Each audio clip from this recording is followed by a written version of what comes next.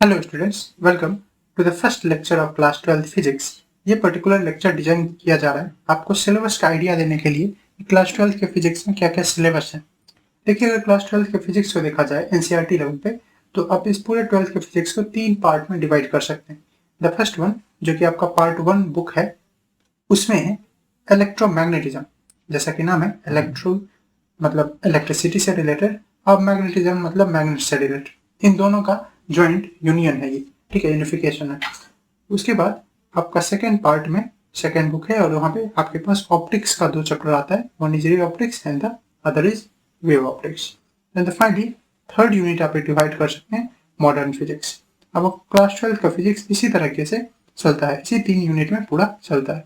अब जैसे मैंने बोला, आपका फर्स्ट पार्ट पूरा पार्ट 1 जो बुक है उसमें सिर्फ और सिर्फ इलेक्ट्रोमैग्नेटिज्म का ही चैप्टर दिया हुआ है। अब इस वर्ड से आप समझ ही गए होंगे इलेक्ट्रिसिटी और मैग्नेटिज्म का रिलेशन के बारे में दिया हुआ। और भी अगर मैं दूं तो आपका first chapter, very first chapter जो आपका स्टार्ट होता है, that is electric charges and field. Electric charges and field. अब अगेन आप नाम से ही देख सकते हैं, हम लोग यहाँ पे चार्ज के बारे में और फील्ड के बारे में पढ़ रहे होते हैं। फिर सेकेंड चैप्टर आपका है इलेक्ट्रिक पोटेंशियल एंड कैपेसिटेंस। इन दोनों फर्दर जो आपका चैप्टर है फर्स्ट एंड सेकेंड, इन दोनों को हम एक ब्रांच के अंदर पढ़ते हैं और वो कहलाता है इलेक्ट्रोस्टैटिक्स।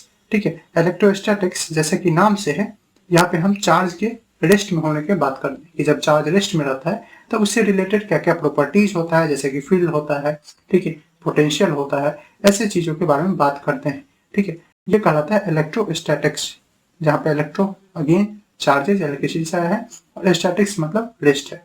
ठीक है, उसके बाद आपका थर्ड चैप्टर जो है वो है करंट इलेक्ट्रिसिटी। ठीक है, इस करंट इलेक्ट्रिसिटी, करंट मतलब क्या, कोई चीज का एक मोशन, कोई चीज का movement, directed movement, directed motion. तो यहाँ पे हम करंट इलेक्ट्रिसिटी के बारे में पढ़ते हैं। बहुत सारे कंसेप्ट आते हैं जैसे कि ड्रिफ्ट वेलोसिटी वगैरह सब, इस सब के बारे में पढ़ते हैं। उसके बाद फोर्थ चैप्टर हम लोग पढ़ते हैं मैग्नेटिज्म के बारे में। ठीक है, कि जब चार्ज मूव करने लगता है, जब चार्ज रेस्ट में था उसमें हम फर्स्ट और सेकंड चैप्टर हुआ, फिर जब चार्ज मोशन करने लगता है तो ये हो गया। अब उससे रिलेटेड कुछ फेनोमेना को हम लोग फोर्थ चैप्टर जो कि है मूविंग चार्जेस एंड मैग्नेटिज्म, इसमें पढ़ते हैं। इसमें जैसे इसका फर्स्ट बेसिक चैप्टर है इलेक्ट्रिसिटी का, ये मैग्नेटिज्म का आपको बेसिक आइडिया दे रहा होगा। ठीक है, एंड उसके बाद जस्ट हमारे पास एक चैप्टर है मैग्नेटिज्म एंड मैटर। अब चैप्टर के नाम से ही है, यहाँ पे आप मैग्नेटिज्म और मैटर को बहुत ज्यादा रिलेट करके देखेंगे। ठीक है, इसी में हम लोग, अब अगर शब्द सुने हैं वो सारे, फेरोमैग्नेटिक सब्सटेंस, पैरामैग्नेटिक सब्सटेंस, इसी में हम लोग डिस्कशन कर रहे होंगे। अर्थ से रिलेटेड करके भी देखेंगे मैग्नेटिज्म को, और बार मैग्नेट के बारे में अच्छा खासा हम लोग पढ़ रहे होंगे। उसके बाद आपका जो 6th चैप्टर होता है वो वहां पे हम लोग पढ़ते हैं इलेक्ट्रोमैग्नेटिक इंडक्शन के बारे में। ठीक है, अब अगेन नेम देखिए आप बस, इलेक्ट्रो अगेन इलेक्ट्रिसिटी, उसके बाद मैग्नेटिज्म, ठीक है, यानी मैग्नेट से रिलेटेड, और उससे कुछ इंड्यूस होगा। इंड्यूस आप सिंपल भाषा में भी समझ सकते हैं, कोई चीज का प्रोडक्शन होना without contact, that is induction. Electromagnetic induction पढ़ते हैं, उसमें हम लोग बहुत सारी चीजों के बारे में पढ़ेंगे, बहुत सारे लॉ होगा, अलग अलग करंट होगा, और जनरेटर के बारे में, इसी जनरेटर के बारे में यहाँ पढ़ रहे होंगे, जिसका व्यू थोड़ा सा क्लास 10 में भी देखे होंगे। फिर आपका 7th चैप्टर आता है, that is AC, alternating current. बहुत दिन से आप सुन रहे होंगे कि करंट 2 तरह का होता है, एसी डीसी। इसमें बहुत अच्छे से हम लोग देख रहे होंगे अल्टरनेटिंग करंट के बारे में। इसमें बहुत सारा यूज होगा, क्लास 11 का भी कंसेप्ट, वेव सब का, वो सारा।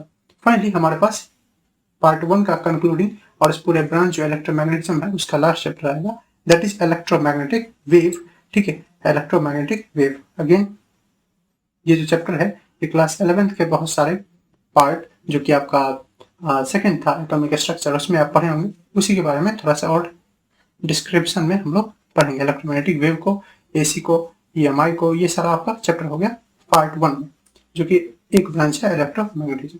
फिर आपका दूसरा ब्रांच जो स्टार्ट होता है, सेकेंड ब्रांच, वो है आपका ऑप्टिक्स के बारे में। अब अगेन ऑप्टिक्स क्या होता है? ऑप्टिक्स होता है स्टडी ऑफ लाइट, जहाँ इलेक्ट्रोमैग्नेटिज्म चार्ज के बारे में स्टडी करता है और मैग्नेट के बारे में, दोनों को इंटर रिलेट करके ये हमको लाइट के बारे में स्टडी करके बताता है। इसमें हम 2 तरीके से पढ़ेंगे, लाइट को एक बार रे मानते हुए तो वो आता है रे ऑप्टिक्स के रूप में, और सेकेंड वन लाइट को वेव मानते हुए तो वेव ऑप्टिक्स के बारे में। कंसेप्ट वही रहेगा जो जूनियर क्लास में पढ़े थे, कुछ कुछ एडवांस्ड कंसेप्ट भी हम लोग पढ़ेंगे रिफ्लेक्शन रिफ्लेक्शन के अलावा, रिफ्लेक्शन से। उसका फाइनली थर्ड यूनिट आपका जो है वो है मॉडर्न फिजिक्स। ठीक है, आजकल का जो फिजिक्स चल रहा है उसमें क्या क्या हो रहा है, आपका मोबाइल है, मोबाइल जिस पे आप देख रहे हैं वो कैसे चल रहा है, वो डिवाइसेस सब कैसे चल रहा है, उसको हम पढ़ते हैं इस चैप्टर में। अब इस चैप्टर में जो यूनिट है इसमें कौन कौन चैप्टर है, तो आपका first one that is atoms. ठीक है, यहाँ पे जैसा कि नाम है एटम्स, और अगर आप क्लास 11th का पढ़े हुए हैं एटम्स, तो ज़्यादा आपको अंतर नहीं लगेगा, बहुत सारा चीज़ उससे रिलेटेड है। ठीक है, जैसे कि बात करें अल्फा रे स्कैटरिंग एक्सपेरिमेंट आप पढ़ेंगे, बोहर मॉडल को पढ़ेंगे, प्लेन स्पेक्ट्रम पढ़ेंगे, डी ब्रोगली का कंसेप्ट पढ़ेंगे, वही सारा इसमें है। उसके बाद आपके पास सेकंड चैप्टर आता है न्यूक्लियर। ठीक है, अगेन यहाँ न्यूक्लियर के बारे में थोड़ा सा आपको कंसेप्ट दिया जाएगा, न्यूक्लियर फोर्सेस के बारे में, रेडियो एक्टिविटी के बारे में पढ़ेंगे, E=mc², ये सारा इक्वेशन सब हम लोग पढ़ेंगे।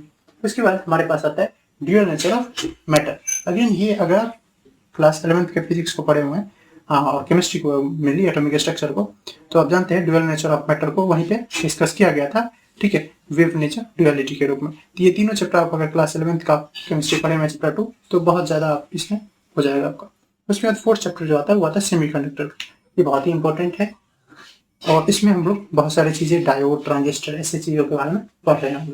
ठीक है, फाइनली बहुत बार से हटा हुआ लेकिन एनसीईआरटी लेवल पे मैं पढ़ा रहा हूँ, तो उसमें एक और चैप्टर है दैट इज कम्युनिकेशन सिस्टम, कि आखिर आप और मैं अभी कम्युनिकेट कर पा रहे हैं। ठीक है, एक्चुअली मैं जो शेयर कर रहा हूँ और आप देख रहे हैं, ये कैसे हो रहा है, काम कैसे चल रहा है, ये कम्युनिकेशन सिस्टम हो कैसे रहा है, या आप कॉल ही करते हैं, टेक्स्ट मैसेज देते हैं, कैसे जाता है। ठीक है, एलिमेंट क्या क्या होता है कम्युनिकेशन सिस्टम का। ठीक है, बैंडविड्थ आप सुने होंगे बहुत बार कि बैंडविड्थ इतना है, इसका क्या मतलब होता है, मॉड्यूलेशन, डिवाइस को मॉड्यूलेट करना, एम्पलीट्यूड को मॉड्यूलेट करना, ये टर्म सब कुछ आता है, ये सब क्या होता है, इस सब के बारे में पढ़ेंगे। आई होप हम लोग इस जर्नी में बहुत ज़्यादा एंजॉय कर रहे होंगे। ठीक है, आप इसके साथ ही अगले वीडियो पे क्लिक कर सकते हैं, डिस्क्रिप्शन में आपको लिंक मिल जाएगा जहाँ पे आप इलेक्ट्रिक चार्ज एंड फील्ड को स्टार्ट कर सकते हैं।